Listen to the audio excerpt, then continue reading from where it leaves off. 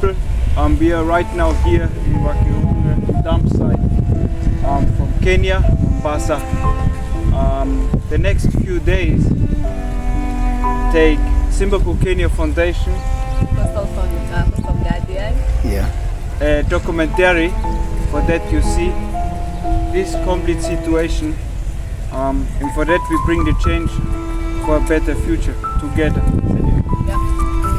So as he has said, we'll be in this place for the half days and 3 nights approximately, and we are going to show the world how Mwakirunge people lives and why they desperately need it. So let me see you in a few days.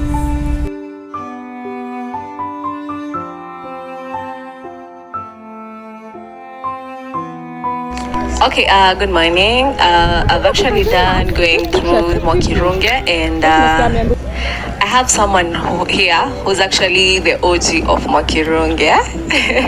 Mr. Abel, please ambia watu unaitwa aje? Unaitwa? Naitwa Abel. Mkasa Mwakirunge dumping site. So it's a dump site, but I can see life for you is a little bit different na watu wengine. What is different in your life? Okay. Kuna utofauti kubwa tuseme. Hii dump tulikuwa tumeanza kuchokora, tulichokora ndio tukaanza kukusanya mali. Vile nilisanya ndio nikaanza kuuza. Vile niliuza ndio nikapata income pesa kama 1000 ndio nikaanza kununua mali. Hiyo chupa kwa wenzangu tena ndio maana ndio nimekuwa tofauti na wenzangu kununua na uza makampani. So una survive na hizi takataka unauza. So you like una employ watu wa huko wanaenda wanafanya the collection and then they do the sorting also ama? Yeah. Sasa wakisort huko kwa njano wananiletea hivyo. Pia nanunua pia nipate kinula shilingi 10 na usapene shilingi 15 ile pia nipate shilingi 5 juu faida. So hiyo shilingi 10 ni kilo moja? Kwa kilo moja kwa kg. Hiyo ni 10,000 per ton. Sasa pia nauza 15. So okay, what is the positive side kukaa hapa Mwakirunge? Okay, tofauti ile ya kukaa hapa Mwakirunge mimi sijaona tofauti yote, inafanana kama wengine tu vile tukikaa hapa hivi. Na Mungu anapenda kipa nini riski. Najua ile risk unapata huko mbele huko wala naishi town, na ile risk tunapata hapa zinafanana tu. Shida tu ile madarau tu inasemekana tunaishi takatakani, lakini bado tunatoka sawa sote pamoja. Na the negative side ya kukaa hapa mahali, because kama yesterday there was a case niliona pale kwa daktari, msichana alikuwa na skin disease. What can you say about that? Okay, hiyo nini manota negative tu ile naweza kuambia nyinyi hapo Mwakirunge, hiyo kufuatana mwili yako vile mwenyewe unajaza kujicontrol. Hapa ugonjwa ziko kwa ile hizo takataka zinaletwa, lakini sasa natakana pia ukikula ukirokota taka tunasema Mungu anakulinda tu.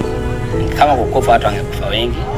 Hiyo ndio tofauti hapa dumping site watu kuishi hapa Mwakirunge dumping watu wanakula wengine bila kuosha, na wanarudisha taka tu kwa hiyo chakula yao kwa hiyo taka. Hata kupata hiyo ugonjwa wa skin hiyo pengeza alijipaka mafuta mbaya, akakuta mafuta akajipaka, ndio maana ukaona pene rashes kwa mwili yake ama ngozi yake imekuwa tofauti kidogo. Yeah. Okay, thank you so much Abel.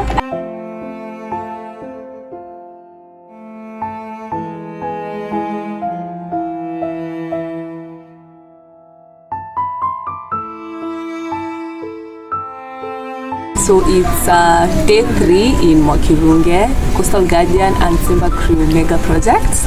So today it's all about interview. We will be doing interview to different people, explaining their lives in Mwakirunge. And on my right side, Nezaona Nikona Mama Fulani. She's actually one of the people who are working in a place where we are eating, and I heard her story and I thought that the world should hear her story. That's the reason why we are doing this interview. So, ambia watu unaitwa nani na umetoka wapi? Mimi naitwa Dumpsite. Nizongea tangu kidogo so that speak up. Naitwa Dumpsite.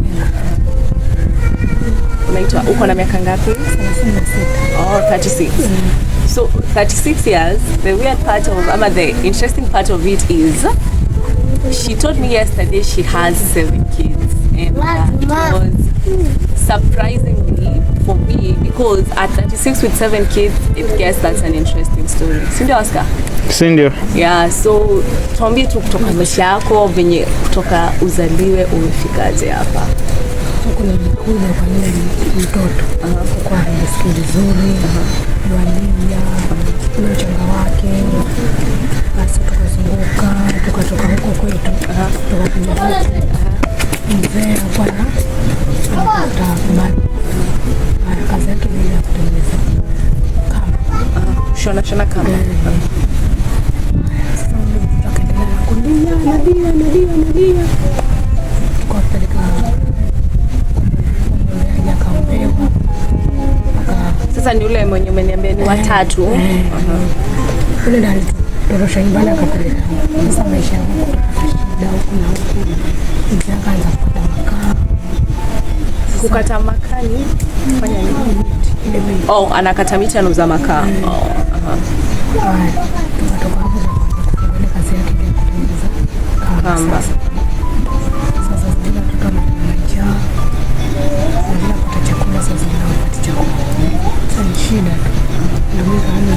Na mimi tafute kazi. Kwa kule dumping tutafanya kazi. Dumping. Ile ya kudondoa na kujaza zile gunia kubwa. Okay, so kwa dumping mnaenda mna collect, ndio? Alafu mna sort. Mna sort takataka kama gani? Kama hizi. Alafu na kama hizi hapa. Alafu sasa nikuulize, unaenda hapo kama saa ngapi? Kama saa 12 ndio naenda kazi. Kutoka saa 12 jioni. Na unapata pesa ngapi? Kama ni wiki, 2,000 wiki moja. Na hiyo 2,000 si ni pesa kidogo sana? Sasa inakusaidiaje kusurvive considering uko na watoto 7, wanahitaji kula, wanahitaji school fees? Sasa tabidi nyingine wasigawanya, wengine kubaki hivyo hivyo. Sasa ni wapi wako na baki hivyo hivyo?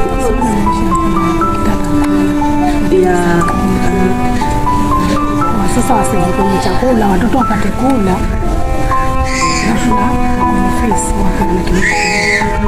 Alafu kuna watu wenye nimeona wanafaa kukua shule saa hii.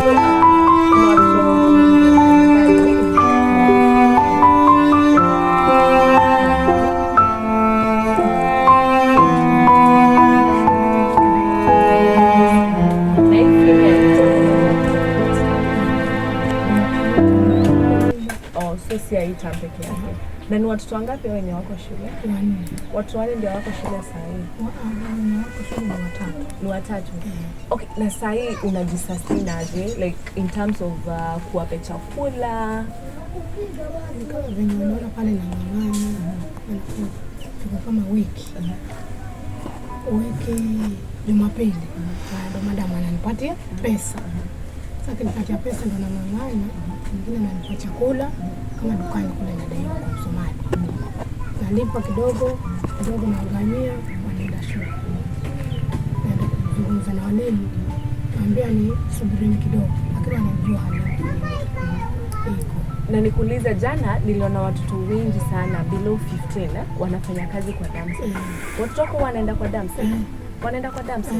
Na sasa wakienda kwa Dumpsite wanalipwa aje? Because for me I feel that's more of child abuse. Juu mtoto ni mdogo.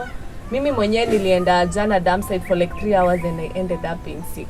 Na huyu mtoto akienda huko, do they have like safety gears? Wako na vitu kama gumboots, jackets, vitu kama hizo za kuwa protect. Na ni mtu amewaajiri wafanye kazi kwake. Nataka kuajiri, wanaenda tu pale kuzoa zile kuokota zile takataka. Alafu wanauza. Na wakiuza hizo pesa wanapeleka wapi? Wanakuletea? Wanaletea. Ndio nachukua kidogo na walipia fees. Wanaenda shule.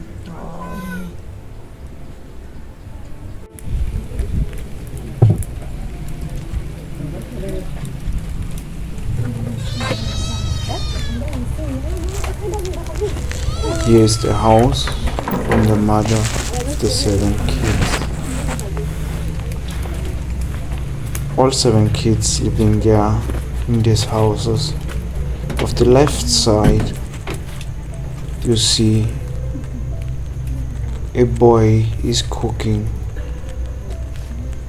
That is the cooking station for the family in the house.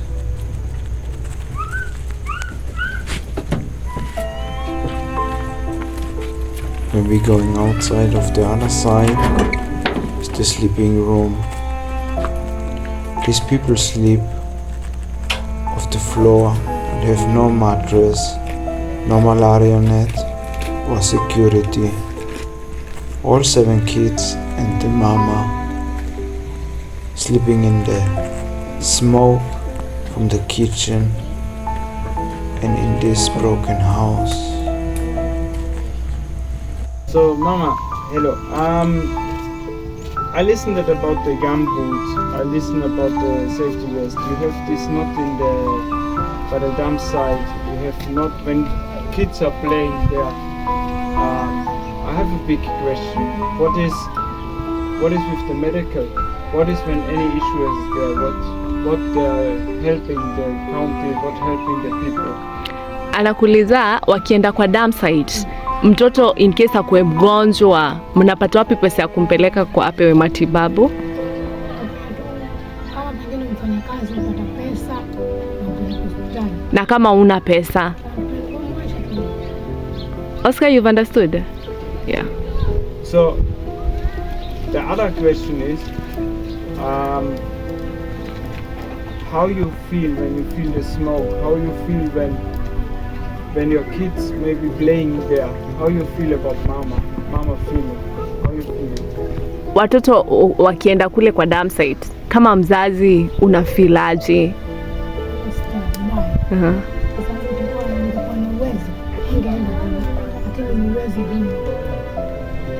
So mama, you are completely alone with the kids? Uko peke yako na watoto? Uko na mzee? Mzee sasa yako wapi? Oh. I saw also you have one kid with handicap.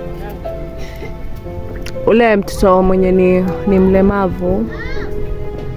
So my question is, in Europe I'm a medical student. I work with these people, with these kids, and I know this situation we are here on the Dumpsite. It is really, really heavy. And I see you're really strong mama, but how are you handling that? Mtoto mwenye ni special kid, wao mwenye tunaongelelea sahi, kama mzazi unaweza watoto kama wao wanahitaji special care, una manage aje considering ile situation yenye unaishi? Chakula, kitu kama matibabu, ushampeleka tuseme kwa special doctor ama therapy yoyote uone kama atasaidiwa? Yani nang'ang'ana kusipata. Unang'ang'ana?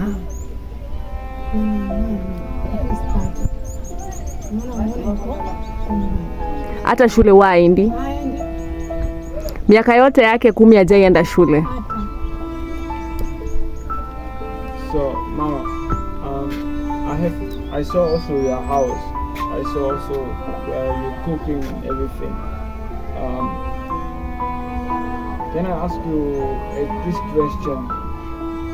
How you feel good about this life? Hii maisha yenye mnaishi na watoto, unaifurahia? Ukipata chance hii uambiwe kitu yenye unaweza taka ibadilike kwa hii maisha, unaweza sema nini? Ni kitu gani yenye unaweza mtu akuja kuuliza nataka kubadilisha maisha yako, niambie tu kitu moja unaweza taka nikufanyie, unaweza sema nini?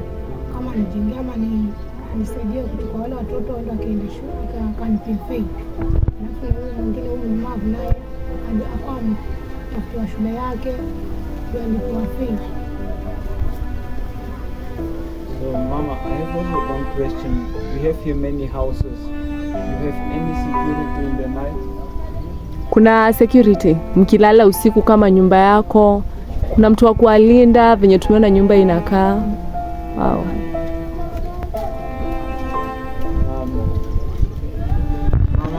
Mama, asante sana for the interview.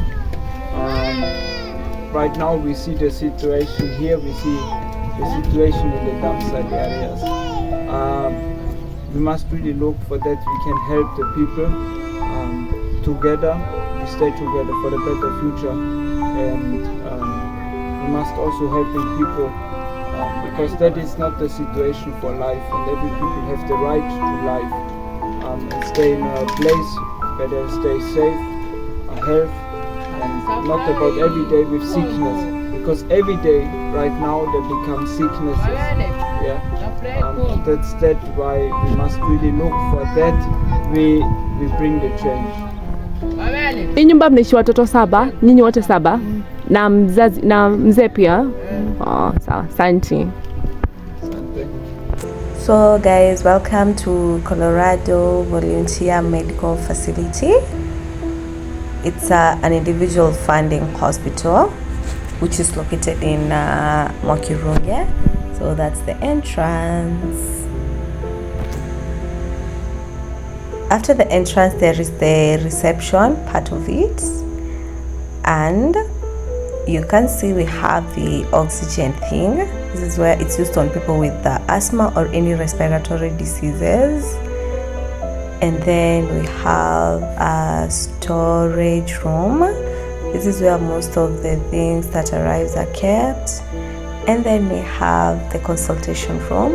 It's just simple. We have a bed, and we have doctor's chairs and a patient chair and some medical supplies. And then you come back, you come outside, you go to the wards. You have ward 1. It has 2 beds. And guys, you can see they don't have enough mosquito nets. Actually, they don't have mosquito nets, so that's one of the reasons why we are supposed to do something about that. And then we go to room 2, ward 2. You can see, guys, the mattress. They really need new mattresses with mosquito nets. And we also need to have children beds, because as you can see, all these beds are for older people, like the older generation. They don't have beds for the children, so that's something also the hospital needs. Yep, the mattresses, they're like really old, and they're not like comfortable to be used in the hospital, so they need like good mattresses for their comfortability. And then you come out. We have another ward on the left side, and then that's the exit. In case there is an emergency, you can leave. Also, the toilets and the bathroom, they are located behind the hospital. They're not like really much, so it's just like a normal toilet. As you can see from the video, it's just something so simple. So they also need an improvement version of that. Yep, so guys, that's overall of what Colorado Medical Facility is.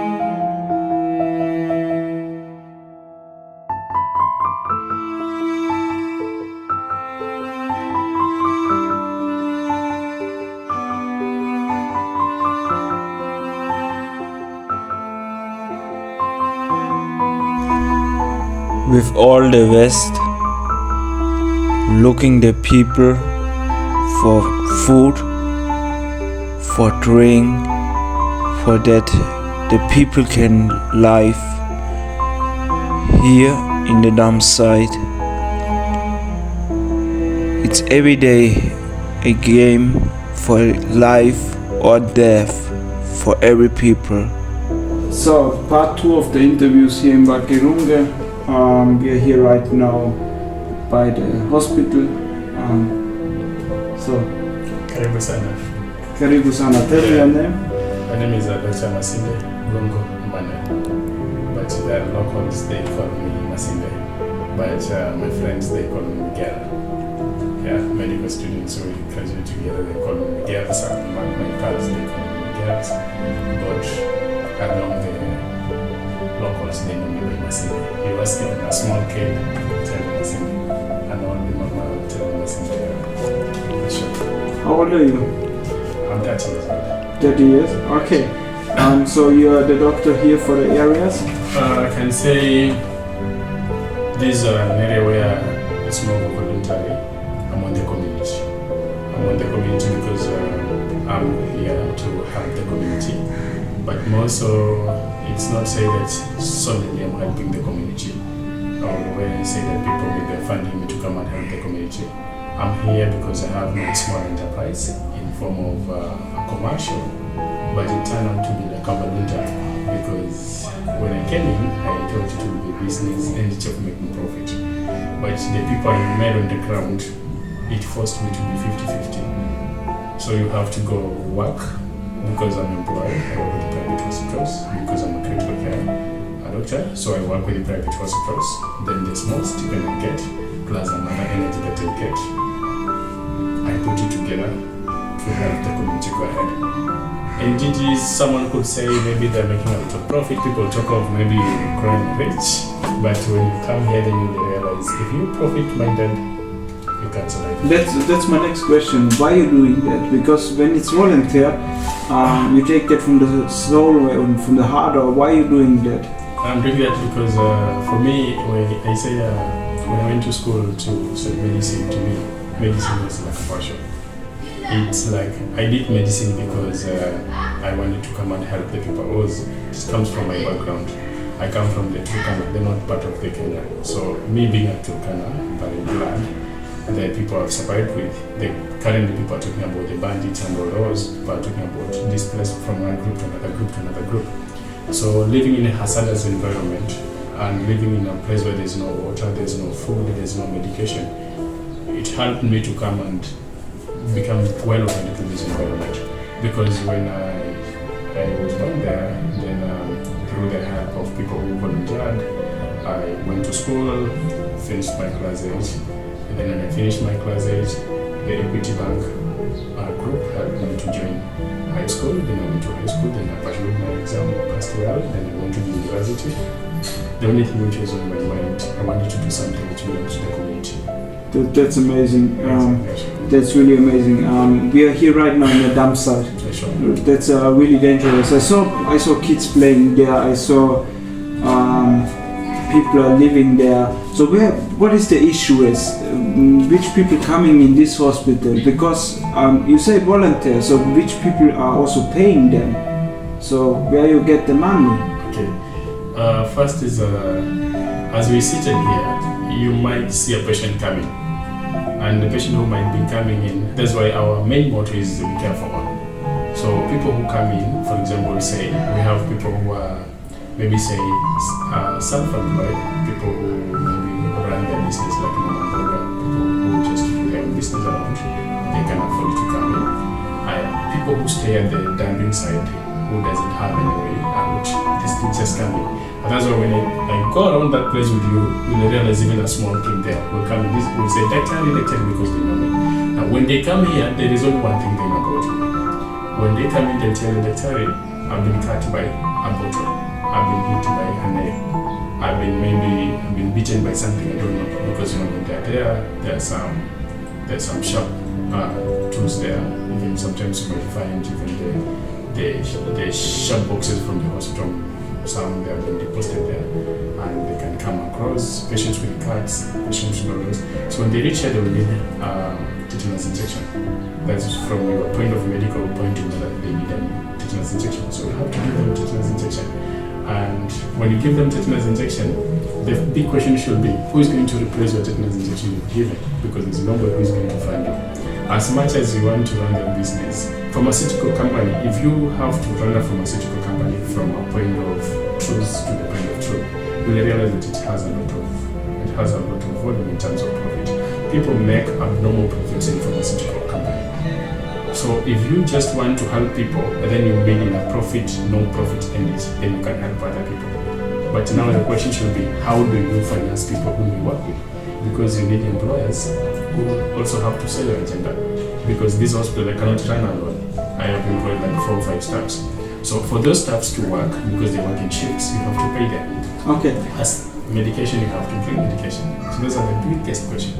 Yeah, the big question is also, you have also the help from UNICEF, because UNICEF gives also in some area bringing the medication every month.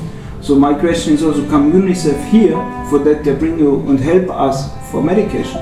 If you bring one on table, I'll appreciate it. But currently, I'm single-handedly running this hospital. Yeah. Okay, there we see right now the problems. Because when we have really a big sickness, really a dangerous sickness, then we have really a big problem, isn't it? Yeah, sure. So that's the same about what is when people cut the arms or other thing, where it is really the bleeding is not stopping. What are you doing with these people? Because when they are coming to you, you have here no ambulance. The city is 1 hour away. Town is 1 hour away, isn't it? Yeah, sure. So what are you doing then with these people? Number one problem which we have is impassable road. So for example, if it's rained and they're coming from the dumping side, even for them crossing to the other side is a problem. Now the town being so far away from this side, it also becomes another big problem. So most of the time what we do is like when a patient comes here, maybe with a cut, number one, you have to do the protocol is arrest bleeding.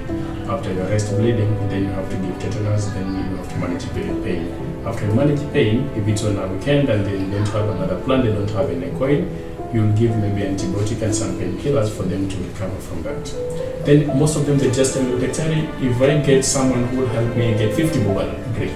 Now, the good thing with the society, which it has just been emulated from the society, if you give good, they also give good. If someone promises you will bring 50 bob, you can even go there, work for another way out and you'll get that 50 bob and you'll bring whichever, maybe in a week or in a 1 month. So if you understand them, that's what they do. And that's because I always tell them, if we doesn't fund this hospital for us, we cannot tomorrow treat each other. So it is like a community. That's why it's called Colorado Medical Success. It's Colorado because the area is called Colorado. It belongs to the community. When I came, I give it to the community. So it is run by the community. But now the staffs, the problem I have, which is a big problem, is that I have staff who works in like 1 month, and then they realize you can work here, then they go. Because everyone wants standard. People want security of the kind of the patient you want to have. Not everyone can acquire the services. But what is really people that are near to the death? You understand? When they're near to the death, what is with these people?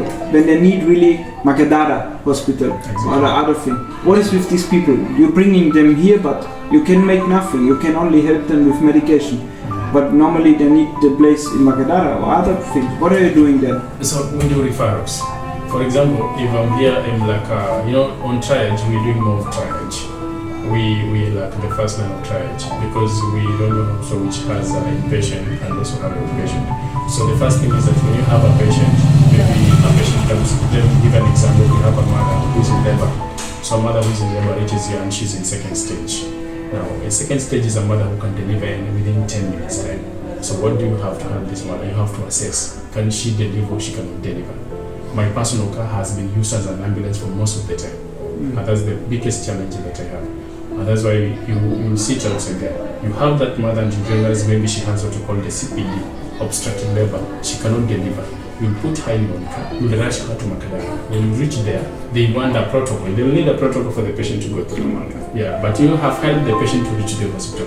You'll do referrals, you'll make some friends. I have friends there. I'll make some calls to friends. I'll tell them, please admit this patient, you have this patient. You have these cases where you have severe diarrhea. The main problems of diseases we have here, indicators of disease in most is like diarrhea because of the toughness, the condition, worst conditions, and water, and all those issues. So if a child comes here with what you call severe diarrhea, we say which is a diarrhea with dehydration plus, the sanguine stomach, everything is inside. So what you have to do for that child or for that kid that has arrived at your doorstep, number one, you might try to assess if you're going to get the cannulation of the baby, so that at least you want to rehydrate the baby. For some, they have gone to a point whereby you cannot even get the cannula. Understand? Yeah, maybe they need an anesthetist, maybe they need more intervention. So you will do the oral rehydration, get the possible means of transfer, try as much as you can, refer. So we are also here as a center of information. Yeah. To try and you tell them, this one you can manage, this one you can refer, this one you can do, this one you can do. Others, they will come with the burn cases. Burns, you have a lot of burns from the dumping side. Yeah. Maybe they're on the trailer, they're trying to offload those waste. Then maybe some of them they end in the sewage, or maybe they get burned by the fire that is at the Dumpsite. So they come here, they have been burned all the sites. So look at the type of the burn. If it's second degree, first degree, or third degree, then you just give the first line treatment that is the first aid. Then you refer to questionnaire. So you tell them, please, this one don't go home. Because initially, before you came in, they used to take these children home. They used to take these people home. Someone just go take a diclofenac or paracetamol and then go back home. But now we're also there to tell them that maybe you can't afford yes, but we are helping you from the referral. So the biggest question will be like, who will help me at General? Like, no, I have someone who will give you a referral. So give them a referral, maybe you follow up with some course.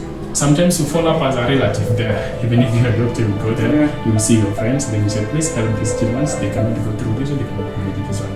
But it has been of the help for that point because we've given referrals and many they have benefited from that. Okay. Yeah, sure. Yeah, that's really interesting. How you feel when you work here by the Dumpsite, because you smell also the smoke, also the dust and everything. How you feel about that? The main problem which we have is I fear for the upcoming population under 5, under 15, under 20 respiratory diseases, the development of the carbon dioxide gases in the air. When you go outside and then you see the smoke which is going upward, you ask yourself what will happen in 10 to 20 years. Okay. Yeah, so we'll have a lot of respiratory diseases, we'll have a lot of secondary TB cases, we'll have a lot of respiratory diseases for among these babies. And that's why most of the time here, you need to have a nebulizer. You must have a nebulizer. That's why you have a nebulizer. The reason why you need to have a nebulizer, asthmatic patients cannot survive. You have an asthmatic patient here, in the next 10 minutes a baby arrives here in severe status asthmaticus. You will have to nebulize this baby whether they have more than an hour. Because he's in severe asthma, so you nebulize as you're looking for the means to transfer to custody. Maybe you talk to our other guy to use the motorbike, or maybe you use your car if it doesn't have an option. Okay. My last question is, what you need from the people in Kenya, from Europe, from the donors, what you need really for that we can help you, for that we bring complete change, because I see maybe you need new mattresses, or also what you said about with the medication, because the medication is really important for that, also about malaria infection, bacterial infection, that's a complete important. What you need? The only thing which I request, which I can say to of help, for example, in this area, I'll only say medical services. Sometimes we can say maybe medical supplies or medical services. For example, if you get a bed, sometimes you've been here for 2 days and you saw what you went through. Sometimes you're there and you find out the line is full and you have like a baby comes here, you're vomiting and you have another patient inside there. So you find you're going to put your grand last to like 5 babies because 3 of them they are dehydrating and someone there here, so we want to treat them outside. So the only thing I will request is like if I get medical equipment, and then I get the medical support, for example, medicines and drugs. Because if you buy drugs from your hands plus the taxes we have and all the economy it is in Kenya now, it becomes difficult. You want to treat patient, yes. You know this patient needs Combivent and Pamicod to nebulize. But you don't have Pamicod and Combivent. The only thing you have to think how you're going to nebulize this patient. You'll have to nebulize the patient with the ventilator, plus maybe Lomasale, just to help the patient to relieve the asthmatic. Those are the questions we have. You'll have a patient who has a dengue fever. He doesn't have a microscope to confirm whether it's a dengue fever. You only have maybe a rabbit test. We only do rabbit test for malaria and other things. You want to do intensivity, you want to see if the HB levels, you want to have a laboratory technique that you have a laboratory that can go deep, you can do that. If it's single-handedly plus penny stamps, it becomes a bit difficult. Yeah, sure. Okay, I said really asante sana for this interview. I wish all the best, and we looking for that, and we bring that out, and for that we can help you. Thank you, Mr. Skip. With all the best. What are you seeing right now here?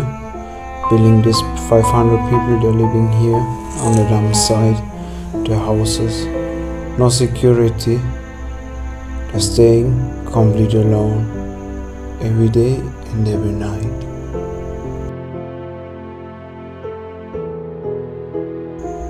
Every day come in Colorado Medical Center, develop their clinic, people with heavy bacterial skin infection, and with asthma.